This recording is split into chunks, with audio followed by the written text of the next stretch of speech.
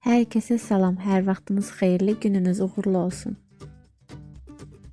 Bugün sizlərlə birlikdə yağlı süddən qatıq hazırlamağın üsulunu göstərəcəm. Mən istifadə etdiyim südün yağlılığı bu cürdür. Bir çox insanlar südü aparatdan keçirdib qaymağını götürürlər, yağsız qatıq hazırlayıb satırlar.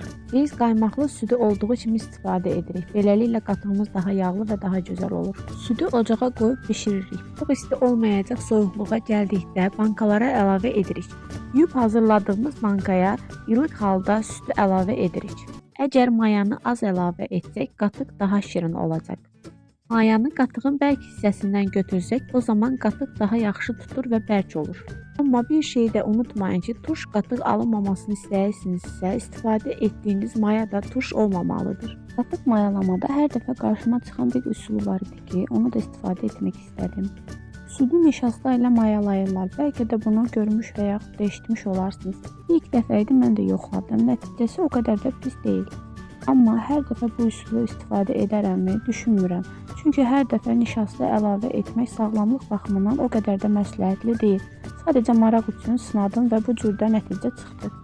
Bu mənim istifadə etdiyim üsuldur. Baxın görün necə gözəldir, necə yağlıdır. Baxın tam idealdır. Dadına gəlincə bir dəfə dadan bir daha unuda bilməz. Təbii südün ətri evin istiliyi və analarımızın qayğısını xatırladır. İçində heç bir qatqı yoxdur. Hər qaşıq sağlamlıq dolu bir hekayə danışır. Çörəklə yeməyin də ayrı bir ləzzəti var. Kanalım yenidir. Əgər bu cür videoların davamlı olmağını istəyirsinizsə, abunə olmağı unutmayın. Abunə olmaqla mənə böyük dəstək olacaqsınız.